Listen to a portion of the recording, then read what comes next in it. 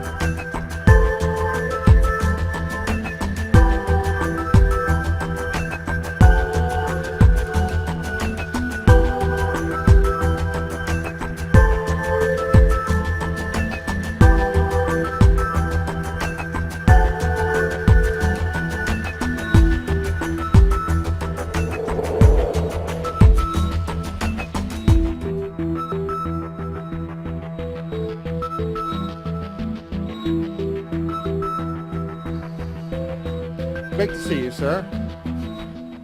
And we're rolling. And commence your presentation. Okay, I will give my best. And welcome to Harold.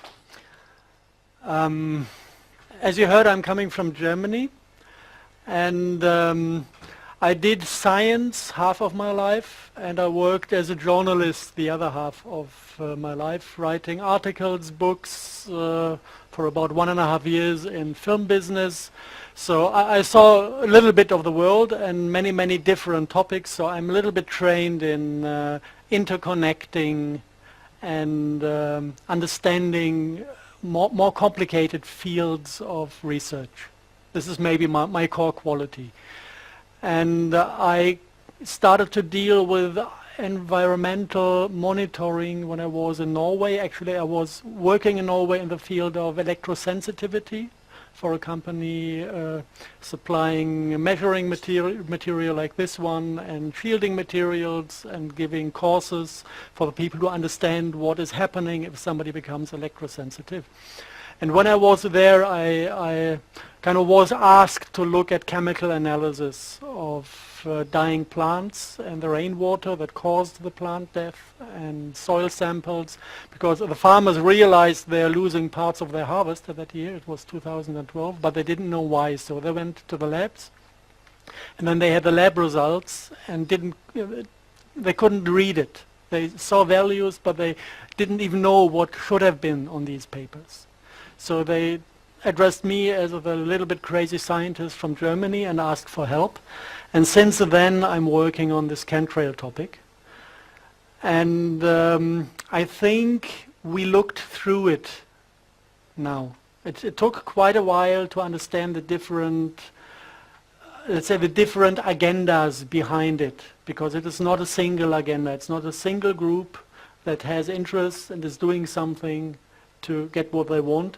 It is a kind of onion-like structure of different groups who have different interests, and the longer you research on the topic, the more layers you discover. So what I'm trying to do today is kind of to dive through this onion-like structure and to try to give you a picture of those different agendas behind chemtrailing. There are two things I'm not going to do, and where I really would ask everybody who is discussing the topic, don't stare into the sky and try to figure out whether the thing you see is a chemtrail or contrail. It leads to nothing. It's a fruitless discussion, and we cannot solve this from down here.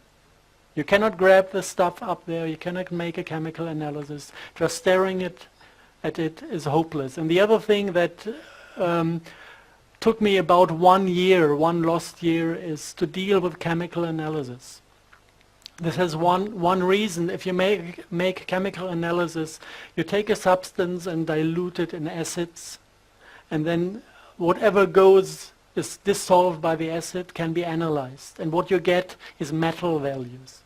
You don't have a clue, if you did that, about the chemistry you analyzed or the crystal structure you analyzed, because everything that is dissolved, is gone, and all you have is the metal. This is one problem. You don't really see what you have. And the other problem is that not everything is soluble in acids.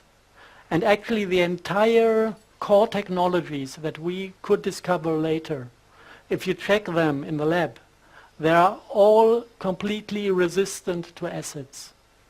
So there's no chance to get the real McCoy by chemical analysis.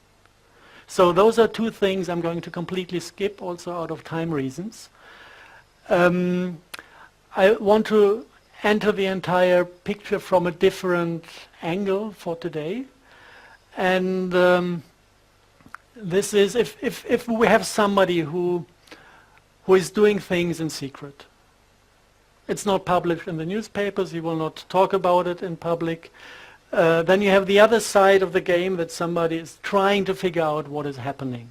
And then there comes this ugly word, conspiracy theory, and one feels isolated. Could you stand closer to the podium, because it's better lit that way. Here, okay. Thank you. No, I dropped it.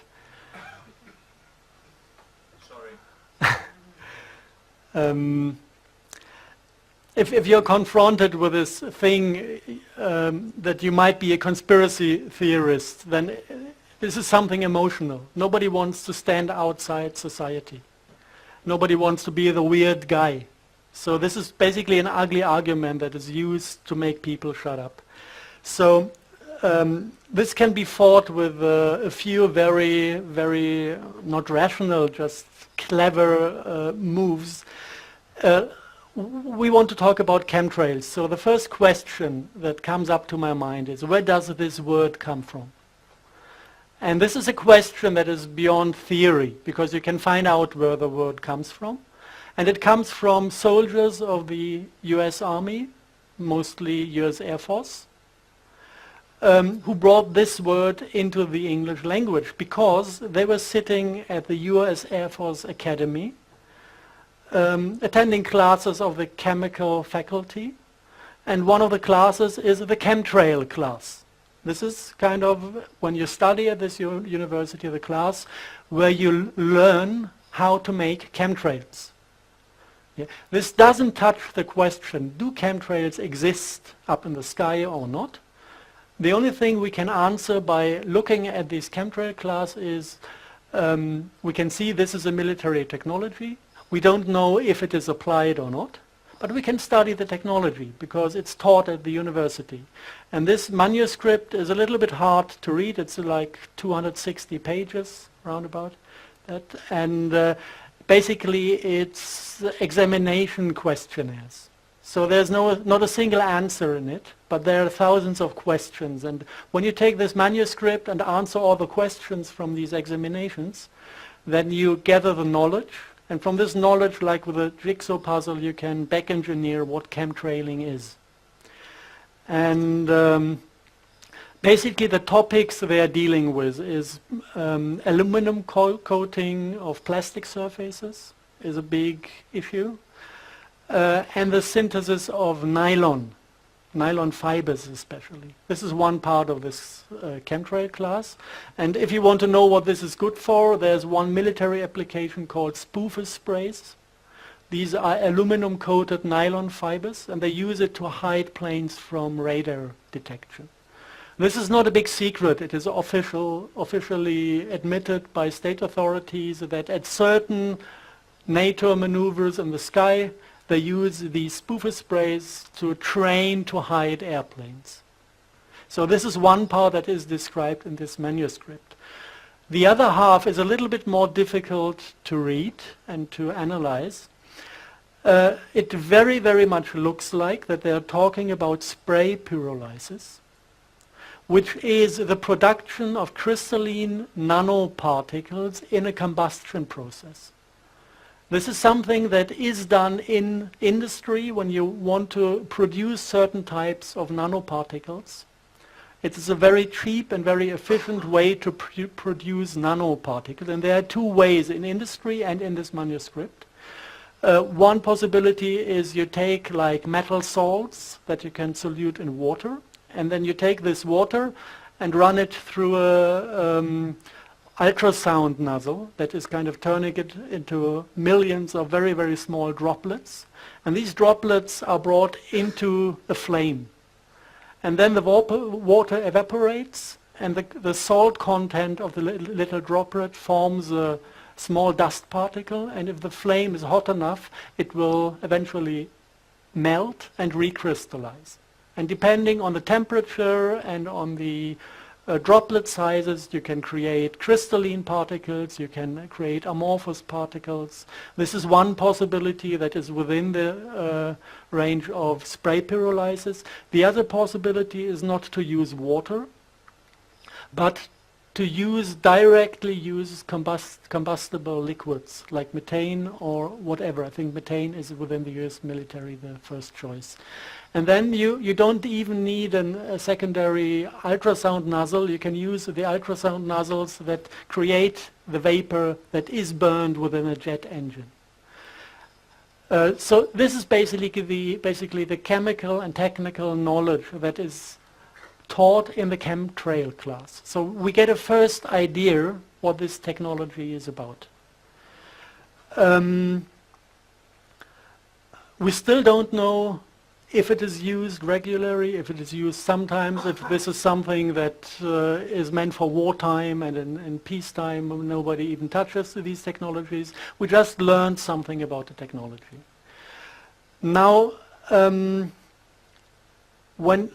when you see how successful this way of looking at things is, we answered many questions where other people were searching, talking, discussing years and years and came to no fruitful conclusions. There's something that is very, very intelligent. If you have somebody that might have plans he doesn't want you to know, it is a very good thing to go to the places where these people are alone among each other and talk about what they do. Yeah? Then you can listen and understand what they plan. Actually, there's no other way to find out what's happening. So I started to get interested in internal papers of certain agencies. And there was one stupid mistake done by some network specialists in NASA. They published an internal paper, I think it's like 12, 15 years ago, that was classified, and it appeared for 2 days in the public domain of the main NASA website. And some people just by incident found it and copied the paper, and since then actually this is public domain. It's brought out every now and then, it's discussed by people every now and then. It's not like a text that is giving a full description of what they are doing.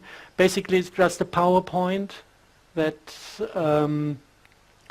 is displaying certain core terminologies. This is the paper in the original form, and the title is a little bit funny. It's Future Strategic Issues for Future Warfare. And they project this on the year 2025 as if they talk about future technologies. And then you have a very big, very small subtitle, The Future is Now.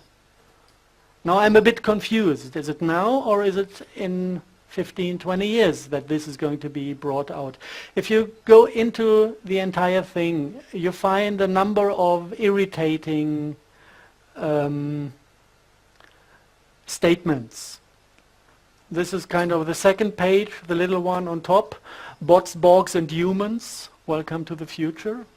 Bots is short term for nanobots, nanorobots. Borgs is a term coming from Star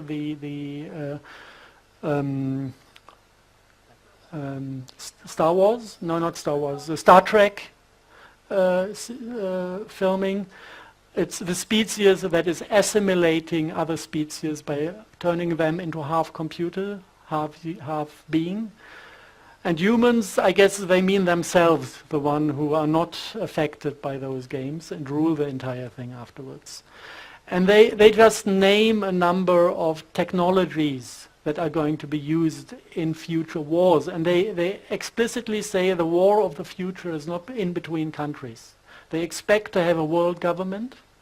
So the war happening on this planet is between the government and the normal people. And this completely different type of war will need completely different weapons. And then they list all those weapons. And there are certain things that are solved for them on nano level, on the level of nanoparticles, sensor swarms. If you have the nanoparticles in the air, it's a swarm. And it has smart dust. This is something we will find later in the details we found in the environment. Nanotags, things that are placed within the human body to give them opportunity to track you down every single second and read out what you think and what you feel. And something that is not explained in this paper, they call it co-opted insects, whatever this is. I just want to point out at this moment that this is in their paper, because we're going to find things that are going very much to remind us of these words. Other things in this paper that are worth mentioning, weapons that are apparently legal. Yeah, they are talking about weapons that are hidden somewhere in the civil domain. Everybody is dealing with them, everybody is using them, and one of them is the microwave. Microwave is used for mobile phones, it's used for smart meters, it's used for wireless LAN connections, and we're surrounded by microwaves, and they enter our body, and we think this is just a side effect of technical applications. But NASA classifies the microwave as a non-lethal weapon that is apparently legal. And they also name the effect of those weapons. It's behavioral performance decrements, seizures, gross alteration in brain function, 30 to 100% increase in brain flow, in blood flow in the brain, and also lethal effects that come over the time. So this is weapons brought out on mankind that NASA is openly talking about, just projecting it in the paper to the future. And we are falling for this. We think it's something clever to have a mobile on your head half of the day. What they also have, and this is something that refers to Kara's work, is explosive microdust that can be intelligently moved through the air to certain areas. You can up-concentrate it and form an explosive lens. And it can also go intentionally into human beings to kill them from inside. They say that it's clever enough, the system, to go into underground facilities with the dust, with the explosive dust, to access people who are hiding down there. So this is basically this NASA document that is giving kind of abstract picture what could be airborne in the future, or maybe, because the future is now, could be airborne already today. The next possibility to find out what is happening is to talk to whistleblowers. And there are not many whistleblowers around who really reveal essential facts. We have people like WikiLeaks, what's his name? Julian Assange. If you look who his lawyer is, it's the same lawyer that is serving the Rothschild family. And he's got massive attention by the state media. It was like building up a hero, you know, he's fucking two blonde Scandinavian girls. what a nice guy, you know. And then he's everybody's heroes, and then he's allowed to talk about certain things.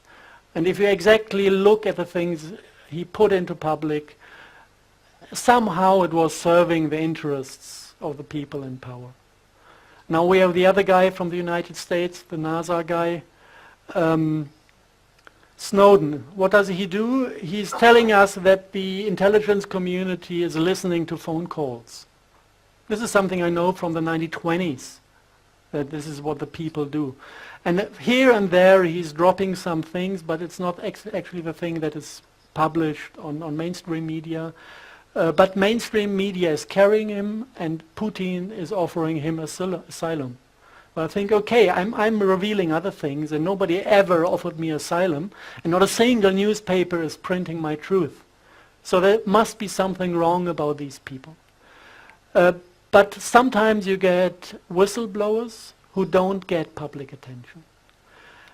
And they deliver papers, and those papers are kind of interesting. There's one paper I want to mention that is handed around in Germany because it's written in German. And the guy was the technical director of an institute that was working on smart dust. And he suffered from cancer, and he had a kind of, I don't know, 3-4 months to live before the cancer would kill him. And he regretted the things he did during his life. He realized that the money he got for it was not really worth anything, and that the things he did were not really friendly, and he basically put part of the technical concept on paper, gave enough information to make it possible to prove that it exists. And what he described basically was based on, maybe this is something this is not for this audience, this is something that is going to the intelligence community that for sure is going to listen to this lecture as well. The name of the project is Rabe Neu in German. Translated it would be Raven New, so that you know that we know what you do. And the guy revealed a few things about this project that even the people in the project do not know. And this is the message that is now going to the intelligence community, because you should know what is wrong about this project. So what he did, he's talking about genetic engineering. And before I would like to mention a few things that he mentioned, I would like to give you an overview about the possibilities in genetic engineering that are publicly known. Not to everybody, but it is public domain. So in genetic engineering you can create DNA, which is the full genetic information that, like it is in the cell, and you can split this thing into half and have kind of half of the structure, only one side of it, the spiral, and this is RNA. And in genetic engineering it is very clever to use RNA because it has the full functionality, but it doesn't spoil the next generation. So this is something they really like to work on, because you can manipulate without destroying and without risking the future. If you look at DNA and RNA, there are a number of different functions to it. One function is that these fragments of RNA, DNA produce light of certain qualities. This is connected, it's called optogenetics, the entire field of research, and it is the teaching about how the genetics produce biophotons and produce the light body of a being. This is kind of the blueprint that is controlling the building up of forms, the morphogenetic field that is giving us the structure we are.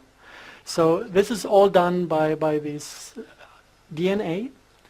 And if you synthesize DNA, this is done by printing today. You write down the code you want to produce, and then this is going into a DNA or RNA printing machine, so you can define every single base pair of the structure and print it out. So What they do is, one of the fields is optogenetics, to invent and produce little fragments of RNA, DNA that produce light. The second thing is this, and the second natural function of DNA is to produce substances. These parts of the DNA are producing RNA, the RNA is producing proteins, and the proteins start to build up the matter that the body is built out of. And also, like healing substances and poisons can be produced by cells, and this is one function embedded in a certain span of this DNA. So this is something they say, there's medicine, for example, artemisinin. It's very, very expensive to extract it from plants. So they just extract the little portion of the genetic information that is doing this substance and insert it into some microbes, and then they can create artemisinin in big amounts. This is medicine, how that works. So we have light-producing things and we have substance-producing things, and then there's a new field of research. They realized that the base pairs can be mounted into a chain in a way that functions like a computer, like a logical element. And this is if you visualize this, it's like the old method with telephones, when you were dialing with sound. Every base pair has a resonance frequency. It's somewhere in the terahertz range. And if you hit the right frequency, it is opening, like a light conducting unit. And if you have a chain of these base pairs that react on different frequencies, you need a sequence of sounds to open all the fragments to make the entire thing conductive. So it goes like do-do-do-do-do, and then the next part of the genetic thing is activated to either produce light or to produce poison. And this is something beautiful out of their view of the world, because if you bring this RNA or DNA into the human body, you can kind of take a radio signal and activate it from outside to produce any substance you want or to produce any light you want. Light is emotion, light is thought, light is everything. Everything we sense as experience of ourselves. And a substance can do everything with us. It can poison us slowly, it can kill us immediately. And this is controllable by radio frequencies without risking that it is triggered without anyone to want it being triggered. And the guy said, actually, we know that this is dangerous to bring this out, so that was in the papers, so we introduced deactivation code, like a line of sounds that is completely taking the system out, and so that it cannot be abused by other entities. This is what he said. And he said this is airborne since 2003 in Europe. And he said that the second war, the last war in Iraq, was only done to test the system. It was the only real reason for the war. This is what he wanted to tell us, or from my point of view, the important stuff. Then he said some things aside that I counted to be very, very important. I don't think he did. He said they spent half a year and $10 billion to optimize the cluster topology. And this is something that I guess says nothing to anyone here, but if you're into the topic, if it's like having a virus and you want to bring the virus into a human being to have him infected with this, cluster topology is of no interest.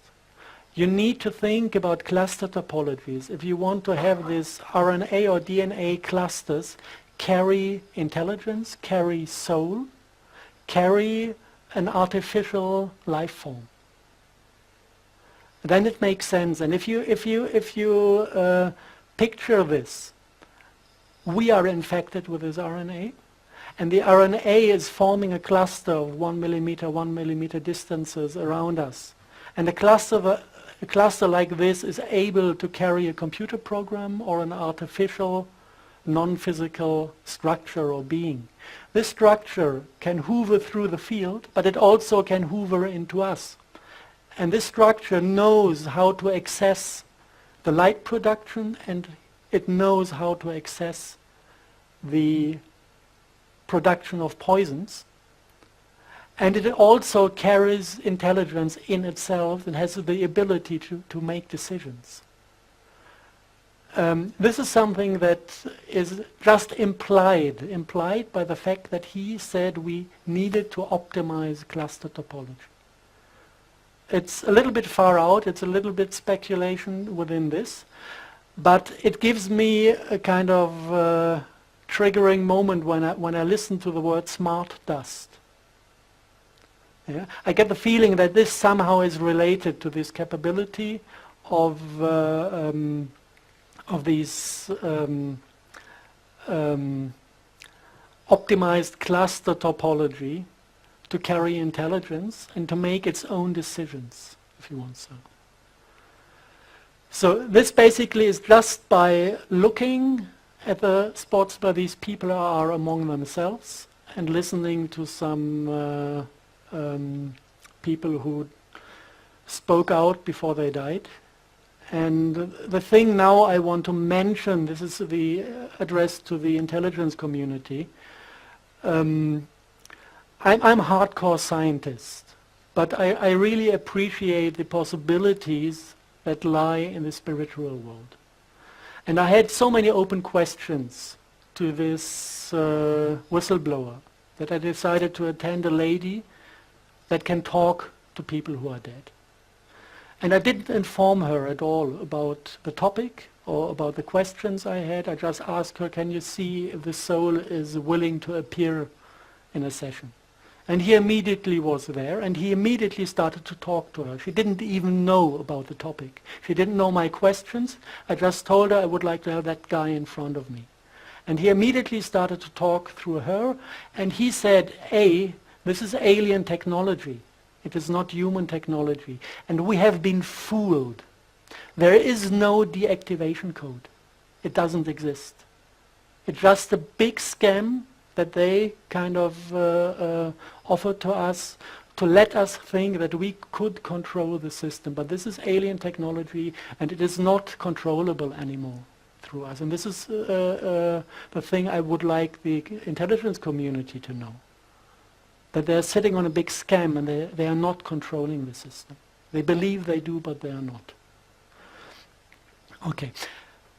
This to the whistleblowing. And now we come to the things that we really, really, really can see in the lab. And if you go one step back to the chemical analysis, the elements you find. On one hand, you have this type of fingerprint. You find barium, strontium, titanium, and aluminum. Wherever plants die, these are the metals that can be found in, let's say, a slight overdose, more than nature should have in it. If you now check toxicology, it's not even close to the amount of heavy metals nature can take without suffering. If you look back at acid rain times, 1,000 times more heavy metals were soluted within the soil, entering the plant system. If you look back at industrial revolution, where we didn't have filters burning coal like hell, you know, the times when London was buried under heavy smoke, we had much more, 1,000 times more heavy metals in the system than today, and nothing serious happened. So at that point we had to start looking at optical analysis, microscope analysis of particles that we found in the rain, which is difficult because you need to take thousands of photos and samples to be lucky to have one sample that is giving you a pure fraction of one component. If you have the entire mixture, you see nothing. And so the things I'm going to show now basically are based on the work of a guy in Germany who spent 3 years, 4 years, 5 years, 6 hours a day in front of a microscope to find out what is in the rain. And one component is a piezoelectric nanocrystal. This is kind of a pure sample of the thing. You can see it has some kind of magnetism that makes the little particles join each other like magnets, which is one aspect of this piezoelectric properties. And the most amazing thing, if you look it up, piezoelectric properties could be expected with the barium strontium titanate, which is kind of the fingerprint, barium, titanium, strontium that we are looking for. There's no aluminum in it, but 3 of the elements are contained in this piezoelectric crystal, and we can see that this is a extreme interesting crystal, because this is now a raindrop dried on a piece of glass, put under the microscope, and when you remove the top layer and then come with your finger close to the drop or just breathe on top of it, you will see certain effects appearing, and I'm going to show this to you.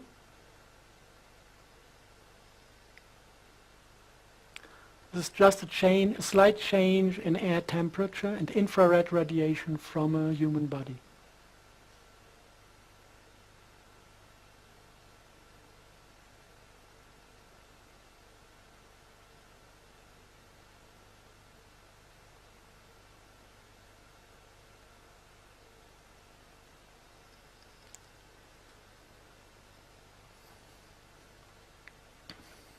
So we have highly transparent nanoparticles. They have a refraction that is 4 times higher than the one of diamonds. That, if you look it up on Wikipedia, you can read there that they are valid for scalar applications, that they can be used in applications utilizing time reverse field structures. It is a set of physics that is not in the public domain. It's scalar physics, but even in Wikipedia it is mentioned as one of the particles that has the ability to handle and process scalar waves. Let's put it this way, maybe it's the easiest. This is the reason for the plant death, because the crystal is highly transparent, but it absorbs UV light. At 260 nanometer wavelength, it is 100% opaque, absorbing UV signals. And this is exactly the frequency where the plants are processing the cell division impulse. Cell division occurs if a UV biophoton is hitting a cell. This is kind of the trigger to tell the cell, please divide into 2. And if you have these particles within the plant tissue, you absorb all these cell division signals and the plant stops growing. This is actually the thing that caused mad cow disease in the 80s. If you look exactly at the medical research concerning mad cow disease, you find that there are 3 reasons to get this disease. A lack of copper within the body, too much mercury in the body, and these nanocrystals. And what happens then is that the mercury is stripping the nervous system, destroying the protective layers on the nerves. The copper, the lack of copper in the body makes the single nerves dissolve into chain parts. It's a protein, a prion, and a copper, protein, prion, copper. If you suck out the copper, it falls into pieces. This is how they can diagnose TSE, by measuring these protein, prion particles. And then something very interesting happens. These protein prion things try to rebuild the nervous system. It is a self-healing process of the body. But if you don't have copper, you cannot rebuild the nervous system. So the body is taking the next heavy metals it can access, and this is barium and strontium. So it starts building a nervous system that is based on protein prion barium. And this is kind of an antenna for electromagnetic fields. So you are rebuilding a nervous system that is sensitive on electromagnetic fields. And not only that the nerve itself becomes sensitive, also the barium-strontium titanate nanocrystals, they display barium and strontium on their surface from the crystalline structure, and the new built nerves kind of grow onto the crystal. So what you get is a new connecting point for the nervous system that is piezoelectric. And whenever this is receiving a signal, it's firing electrons. So you have a direct access to the nervous system of the human being. This is one nanobot that you can find in the literature. Nobody knows that it is 100% identical with TSE, with the mad cow disease, and with the Creutzfeldt-Jakob disease. So this particle. It's you can see if you look into the military domain, they use it for radar range enhancement, for turning the sky into optical lenses and optical mirror setup. You call it horizontal drift plasma antennas and columnar focal lenses, so that they can play with electromagnetic signals and radar signals by turning the entire air, the particulate plasma they bring out, into a controllable technical unit to direct and redirect all sorts of signals. This is part of the rocket shield in the military domain. If you want to destroy a Russian rocket approaching London, you just calculate the path, and then you activate the plasma and heat up the plasma to 10,000 degrees. And then the rocket is melting in the air and exploding. This is the rocket shield we have. And this needs to be sprayed out over the entire territory of Europe to have it everywhere. So this is the military domain, but as you see, some of the aspects of this particulate plasma are connected to diseases and to attempts to get access to the nervous system of humans. So this is the second agenda that appears on the monitor, which is not about military technology, but already about controlling the civil population of countries by accessing their nervous system to introduce signals.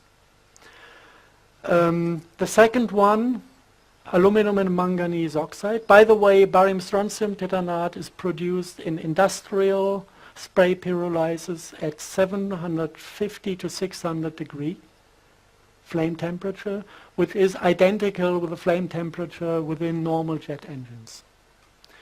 Aluminum oxide is also produced by spray pyrolysis by temperatures of 1700 degrees. This is afterburner technology. And afterburner technology in the military domain is utilizing aluminum fuel. So the aluminum is already contained inside the fuel. If you look at those particles, this is how they look like under the microscope. The particle form is called a whisker. It looks like a star, and it has this special ability to attract electrons and to hold them. So this is the function of these particulate plasma in the military domain. The barium-strontium titanate can be activated to spit out electrons, and the aluminum oxide is carrying them for a long time. Just to show that this is what we have on daily basis in the environmental monitoring, both those two nanocrystals. This is also connected to a medical problem, especially if it is the low temperature form. Then you don't use aluminum, you use manganese, create manganese oxide. This is causing symptoms that are 100% identical with the influenza virus. And especially during the winter month, you find lots of this in the air, when all the people run to the doctor because they think they're getting a flu and they want to be vaccinated. I know in Germany they sold 20 million vaccine units last year. And the funny thing is, if you ask them, how do you know that people have a flu, it's only going via the symptoms. We had 6 people examined on molecular level to find out what kind of flu virus caused the disease. 6 people in this entire season in Germany, and from there they make statistics. So basically this is sprayed hysteria, and it has nothing to do with the virus, and running to the doctors to get vaccinated is suicide. Okay, the next thing that you can find in environmental monitoring are Morgellons. Yeah, if you look at the things the vaccination is containing, starting with mercury, this is pure poison. Starting with chelates that pull out copper from your body, you start realizing that there's a plan behind it. Yeah. We know all this about the TSE scandal because of one guy called Purdy. He was a farmer in Great Britain that had a biological run farm. And he refused mandatory vaccination for his animals. And none of his cattle had TSE. Not a single one. Just because he refused the vaccination. And this was at the moment when he woke up. And 10 months later, he died of brain cancer. Just to refer to the list of microwave weapons and their application. Okay, in the NASA presentation we had the nanotags that are apparently there to track down people, to find out where they are and what they think. The first nice detailed public description was in the book of Cara St. Louis Farrelly, The Sun Thief, where she says that there are hollow fibers sprayed, self-replicating hollow fibers that are there to kind of read out the light fingerprint of your DNA, transform it into an electromagnetic radio signal that is detectable via satellite and ground stations. This is what she found out by analyzing information dealt with the chemtrail communities in the United States. She never mentioned the name Morgellons in her book, but if you look at these Morgellons, who had heard about the Morgellons disease? Half of you, okay. Let's just have a look at them. Nice creatures. This is a German tomato that got some German rain on top of itself.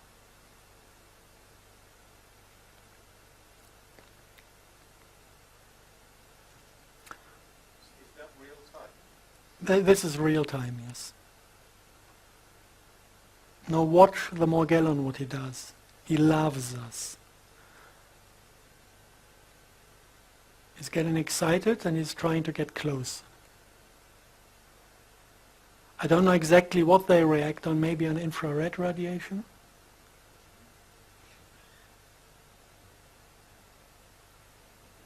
So these are basically, it's mycelium of a certain type of fungus. And this fungus is, first, if you want to look at it, it's airborne. It's not a single fiber here and there. It is glowing under UV light.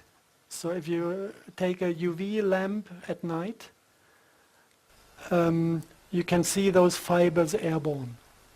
And there are billions of them. Not every night, but every now and then. You can see them fly around. And these fibers, this fungus is infecting the human body. And with 95% or 99% of the people, nothing special happens. They're just embedded somewhere, and your biology is keeping the fungus population low in your body. They just function as a plasmonic antenna to send out a signal, but you don't get sick from it. You don't get ill. No visible symptoms. So we would guess 100% of the population in Europe is infected. It's not a big deal. It's not dangerous, as long as the body can handle these things. Some of the people cannot handle it. And then the mycelium is starting to grow within the body and starting to multiply. And at a certain point, they are extracted via the skin.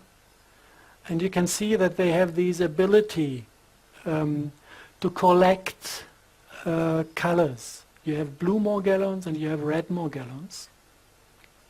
And nobody knows where these colors come from because they are of technical origin. It's not a natural substance. So you can see them when the skin is opening. You can see them under the microscope if you make a blood analysis.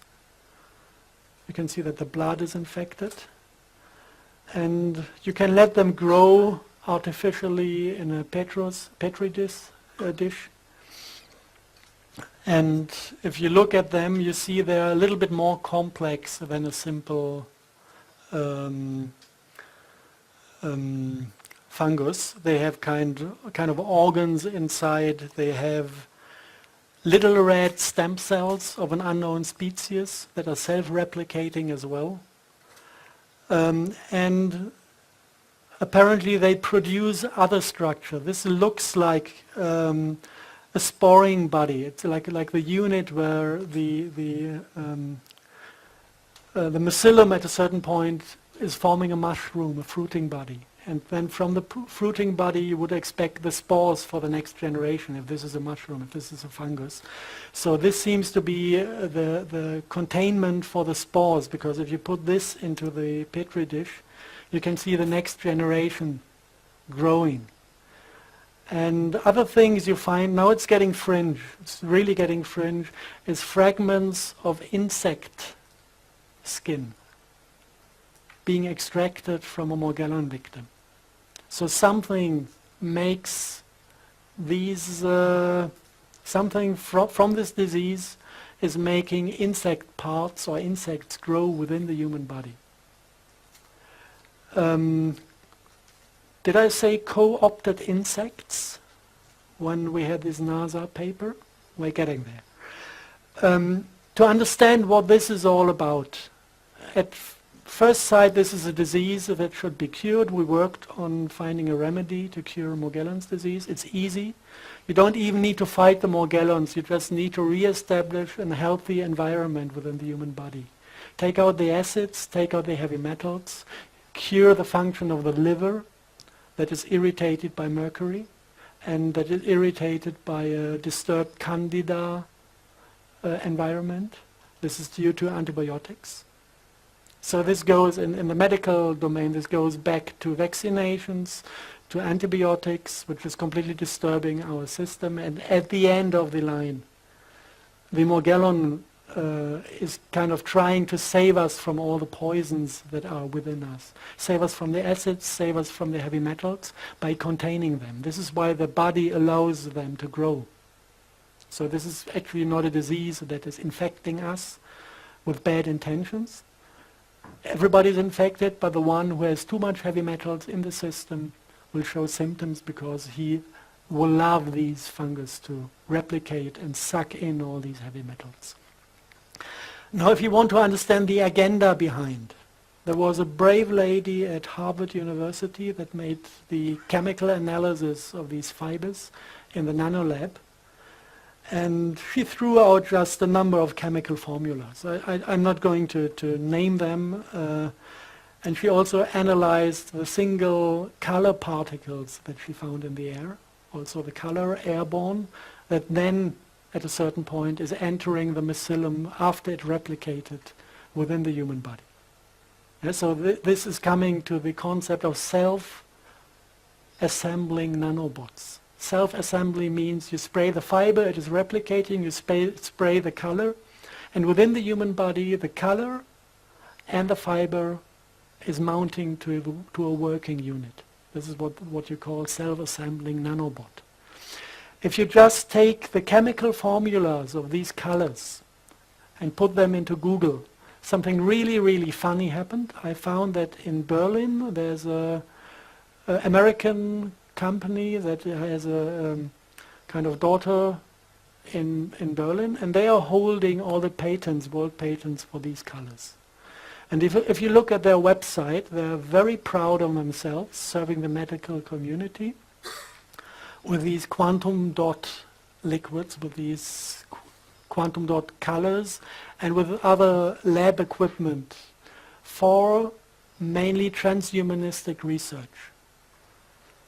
And if you look into they have a long list of publications of people who bought their stuff and used it in the lab.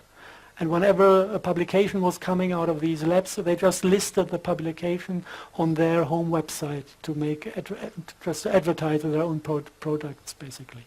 And if you look at this, you can find all the things connected to the Morgellons disease. You find like large area self-assembled plasmonic photonic crystals. If you go into this publication, you find these hexagonal forms. And if you look for the function, actually this is a thing that is collecting a radio signal and turning the radio frequency into DNA-readable light impulses within the body. So this is the reading unit.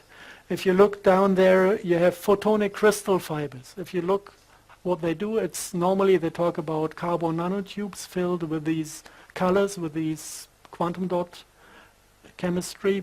And the function is to collect light processed by the DNA and turn it into a readable signal. Exactly what Cara St. Louis described in her novel. And if you put the two together, this goes beyond the novel. You get a read-write unit. I can take one person, make him angry, read out his anger, digitize it, put it on an antenna, and address 100 people that are not angry. And if they have this biology within their system, they will feel exactly the same experience of anger that I read out from the single person. So what do I need? Do I need an Arabic Spring? Easy. Just introduce some anger to the system. Yeah, so this is basically the possibilities that lie within a read-write unit, like a tape recorder. Record the human experience, the overall human experience of a human, and you can tell by the colors what this includes. Blue is the light that we process for thinking, and red is the light we process for sexuality. So they control our egos, they control our minds, and they control our sexuality. And if anyone has doubts if this is really online, the system, there's another Morgellon victim in the United States. She just calls herself Jan. And she had one of these hexagonal photonic plasmonic crystals coming out of her skin here. And she put it under the microscope and caught it while working. So this was the first view on the particulate. It's not perfectly shaped in the hexagonal form, but you can see at least the angles at certain points. And this thing is controlled by microwave.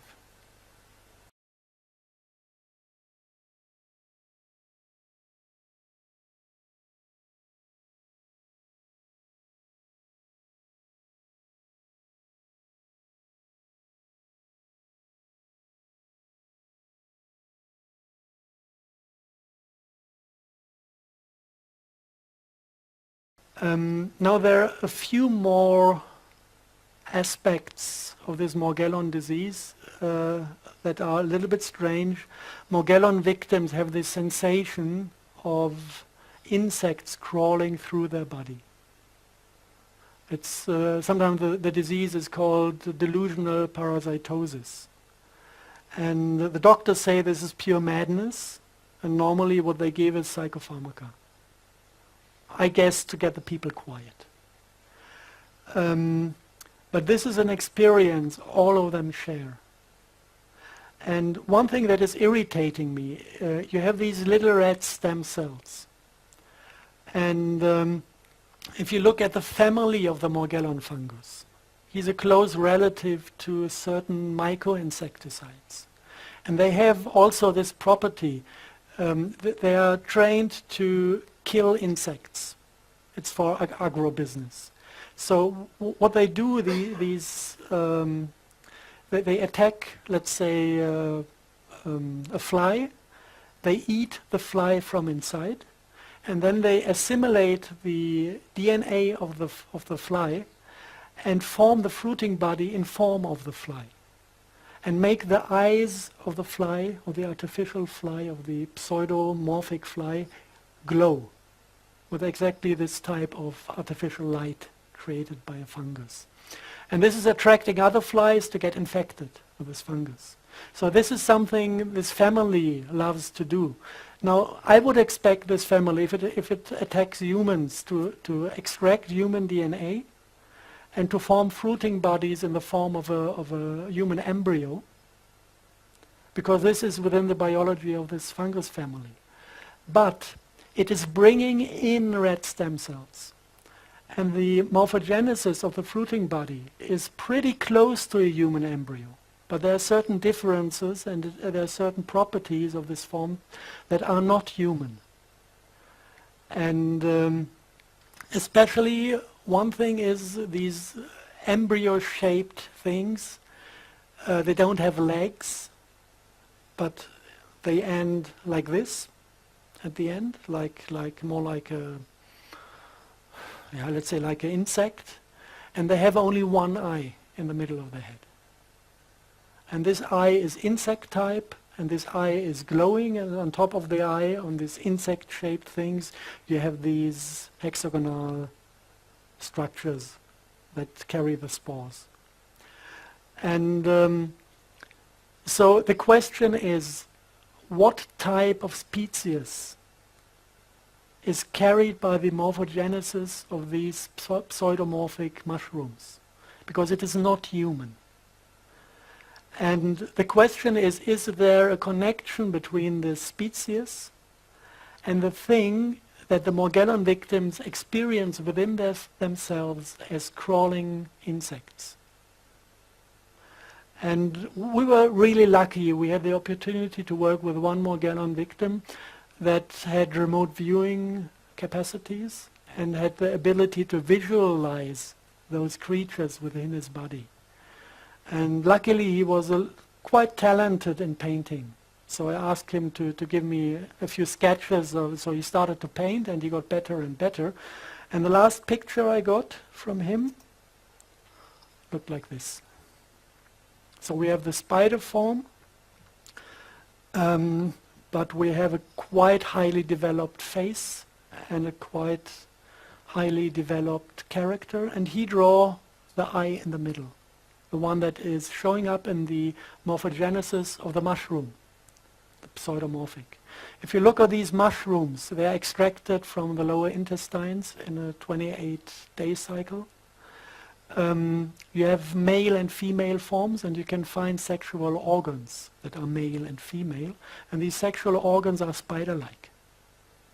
I think it's called bulbous, the kind of a bag containing the sperm of the spider. This is what you find within these mushrooms, but it doesn't look like mushroom from the cell structure. It looks like the step to the next generation is not fungus anymore.